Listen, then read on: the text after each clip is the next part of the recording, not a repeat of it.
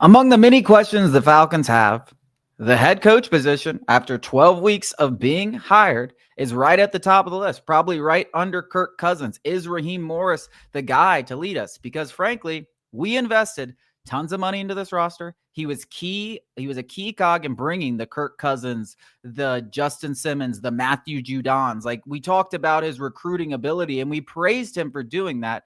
But you got to bring in good players and you got to know how to utilize them, right? And they just have not worked out. Beyond that, this is a defensive coach, a defensive-minded coach that has a defense, is coaching a defense that's taken a huge step back despite those additions.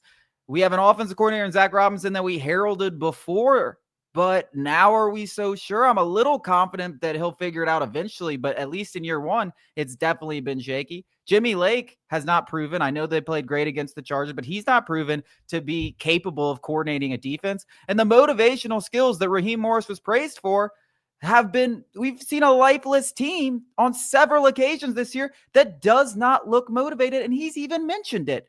So what exactly are we excited about Raheem Morris other than him being able to smile and talk well at press conferences? I mean, he knocks it out of the park at the press conferences, and he three-piece suits on point with him and Terry, best dressed duo in the league. That's why they have jobs. I'll hang my hat on that. Hey, I'm a fashionista. I do appreciate that, but this is football.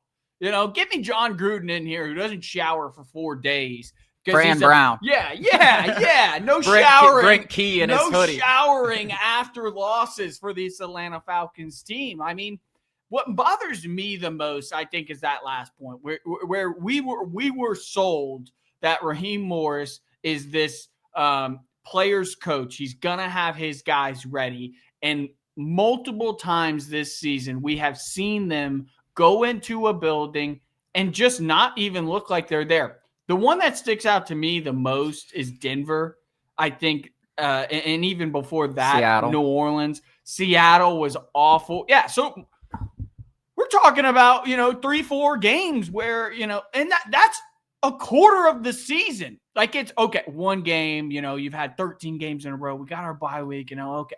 It's happened multiple times throughout the season of a team that is supposed to be veteran-led, that is supposed to have a nice youth talent trickled in. That's not supposed to happen in these situations. I think that bothers me the most because you're not this defensive guru like Bill Belichick calling the plays. You got your buddy from Washington, Jimmy Lake, and I will say, that defensive performance against the Chargers was by far the best of the season because the Chargers offense is damn good. They run the football very well. We stopped that, forced Justin Herbert into some pretty crappy situations. Season high, 5 sacks. I mean, that's crazy.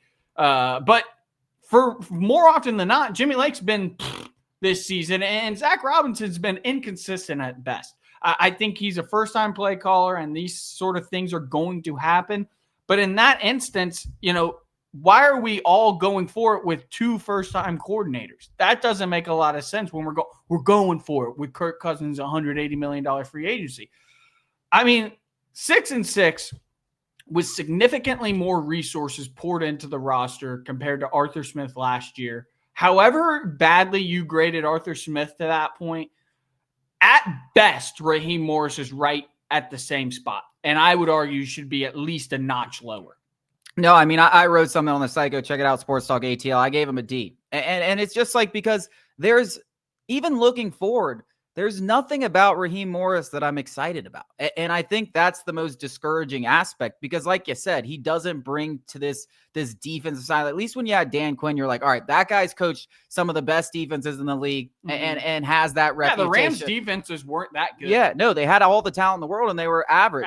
Like, they were average defenses. So he's not this defensive guru. He was brought in to bring guys like Zach Robinson, CEO. Build a staff, and the staff, I'm like, that's all. Those have been questionable hires, especially Jimmy Lake. I mean, outside of this week, he's probably been the worst defensive coordinator in football to this point of the season. He doesn't look like he's ready for that type of promotion, and he's done nothing to garner that kind of promotion other than be Raheem Morris's friend. Zach Robinson, I hope that he can do better. The motivation thing is obviously discouraging.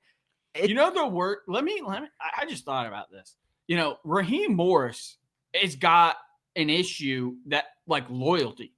Arthur Blank's got an issue with loyalty, and loyalty is a very good thing. I don't want to, but at a certain point, you got to have a little Bill Belichick in you. You got to be able to cut ties with Tom Brady, the greatest of all time, because you think now Bill Belichick was obviously wrong. The roster had a big part in that. But like, do you have any faith in Raheem Morris like hanging Kirk Cousins out to dry? Because I don't. He's going to go to bat for him all year long. He doesn't have the guts or the gumption or to do the hard thing, but necessary thing. You're going to have to look like a bad guy. And Bill Belichick had no issue being the bad guy. I mean, just look at Drew Bledsoe. The start of the entire dynasty was him going away because of their really top-end quarterback getting injured and him trusting a rookie, Tom Brady. Drew Bledsoe signed one of the most lucrative free agent deals in NFL history at that point. Yeah, and guess what? They won 3 straight Super Bowls because of it, because Tom Brady turned out to be really good. What if Michael Penix turns out really good? And I mean, you could even go further. Like, I know we don't have a lot of guys on the defensive line, but based on Matthew Judon's performance, I mean, you could cut him, and it doesn't really save you anything. But at the end of the day, like it sends a message. If you're not playing well, you're not on this football team. It sends a message. If you're not doing your damn job, you don't get an opportunity to be on the 53-man roster. I'd rather go find someone on the street. I mean, who's hungry, who wants to be. And those kind of decisions have been missing from the Falcons. And I think that's another discouraging aspect, is we're just seeing the same song and dance that we've seen. And that was my biggest concern with Raheem Morris. And we're seeing it over and over again. I just wish someone would say, you know what, Arthur, this is my team. I'm going to shake things up a little bit, right? And maybe he does that. The jury is still out. We're talking about a 13-game grade. The end of the season could change a lot of things. Next year could change a lot of things. But something's got to change in Flowery Branch.